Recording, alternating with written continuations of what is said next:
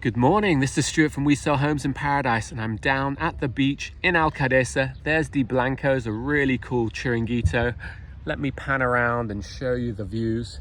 It's another beautiful day on the Costa del Sol, and the reason I'm here is I'm about to meet Polish customers of mine who bought in Alcadesa, particularly this area because they love the beach which they can walk to. And my friend and partner Thomas is property managing their property. He's helped them do the refurbishment and they will put it out for rent.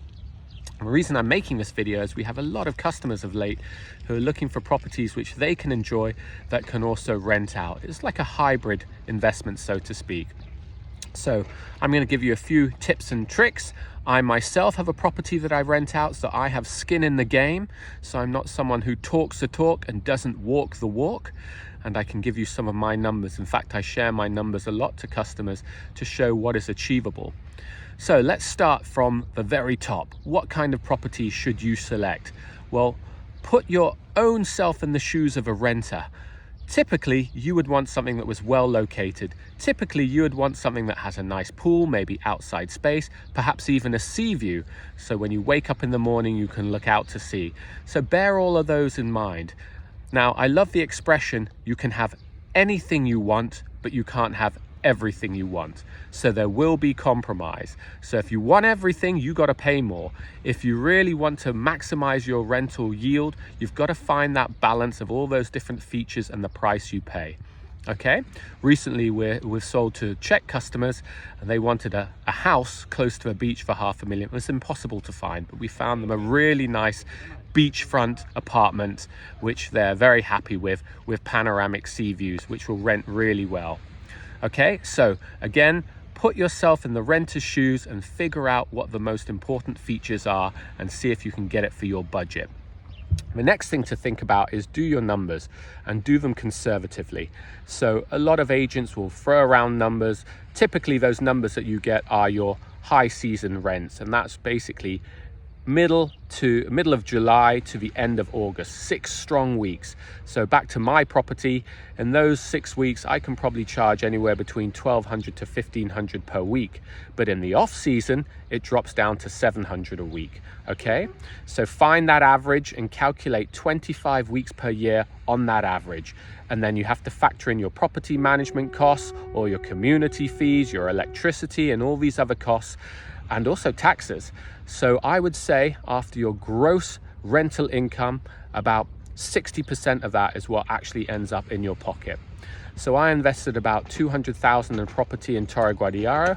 I have a big family, so I ensured that I bought a 3-bedroom, so 6 people could sleep there comfortably. And that was the basis of what I selected.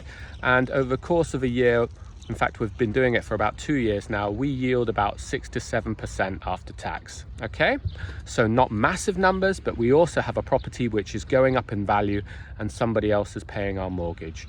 So if you're humble in your approach and don't expect too much, it could be a very good business model. Okay, because obviously in southern Spain on the Costa del Sol, we're still seeing appreciation of about 4 to 5% per year. We still generate cash flow through our property, so we're happy. What else is there to tell you? Well, I think choosing a property manager is very important, but you're also in it together with them as a team. So one thing I do is in the low season, I'm very active on social media, on Facebook groups.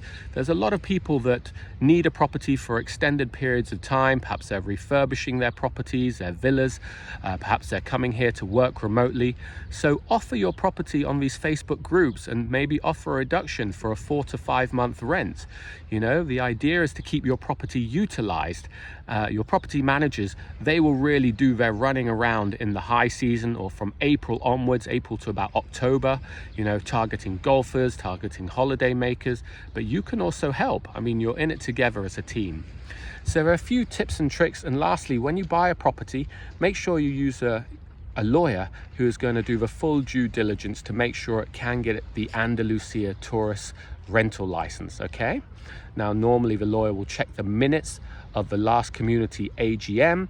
He'll also ask the questions, so there's no restrictions to short-term rentals. That's a very important step in the due diligence. Basically, It all comes down to finding something that's going to market very well, that's obviously going to meet people's expectations, and something that you also will use and be very happy with, because at the end of the day, it's not all about making money. I hope this video was useful. See me in the sunshine soon. Bye.